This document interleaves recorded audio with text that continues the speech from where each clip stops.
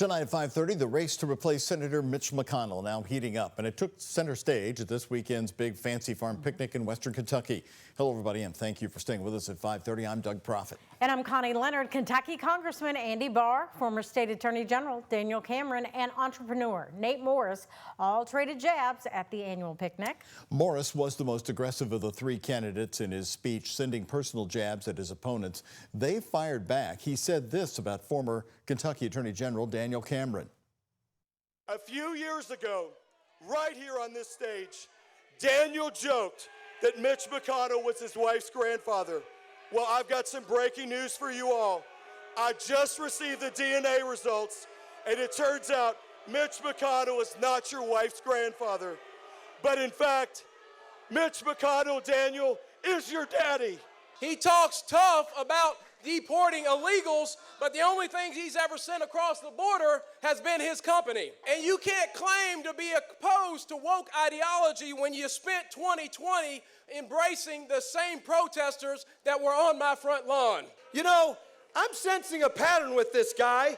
Out here in West Kentucky, we have a name for someone who opposed President Trump, supported BLM, and pushed DEI.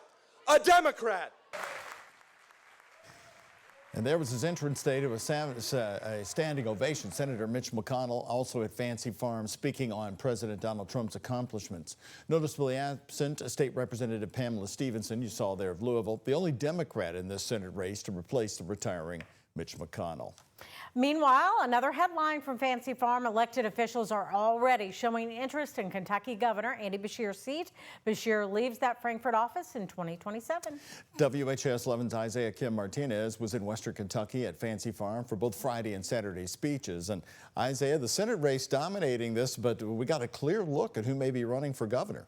Yeah, Doug, it was another headline, like you said, from Fancy Farm. Two names to look out for. That's Republican Congressman James Comer and Democratic Lieutenant Governor Jacqueline Coleman. Both were in West Kentucky this past weekend, publicly flirting, if you will, with the idea of running to succeed Beshear in a couple of years. I'm for Jamie Comer for governor. Please run. Please. Run, Comer, run. Run, Comer, run.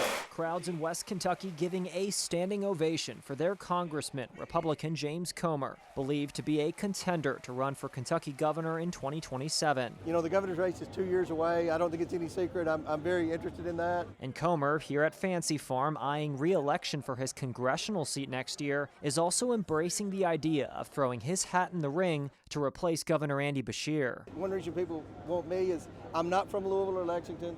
I have a rural base. It'll be an open seat with the term-limited Beshear, a Democrat, leaving the governor's mansion in 2 years. 47 out of the last 55 years, the Democrats have won the governor's race in Kentucky. So much has changed, but we've just not been able to get over that hump. Comer has already picked out his potential opponent, Democratic Lieutenant Governor Jacqueline Coleman, who gave her strongest hints yet that she's thinking about it at the Marshall County Democratic Bean Dinner in Calvert City. Although I do hear that there are some races, like in 2027, that might bring me back to the Fancy Farm stage. I don't know.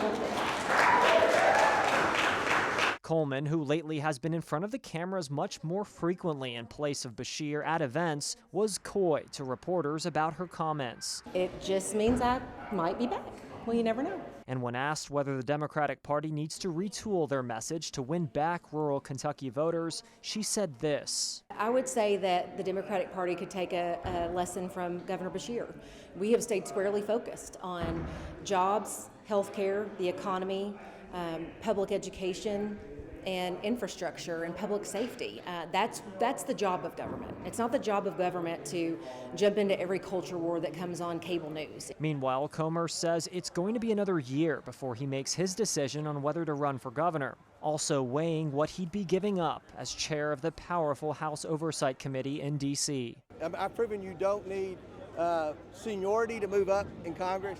I became the top Republican on that committee after 3.5 years in Congress. So I think that I'm very effective. There's a craving in this state for a conservative Republican governor, and that's why I think people are reaching out to me. This is just the beginning. That race could get a lot bigger. You know, Michael Adams, the Republican Secretary of State's been talked about. But let's talk about Rocky Adkins, the Democrat, very popular in Eastern Kentucky and a senior advisor to Governor Andy Beshear. He's right there next to him in many interviews, Doug. And like you said, he is a popular state lawmaker. He's someone who's seen as sort of a bipartisan bridge. You can't really tell whether he's a Democrat or Republican, sometimes very moderate when he speaks.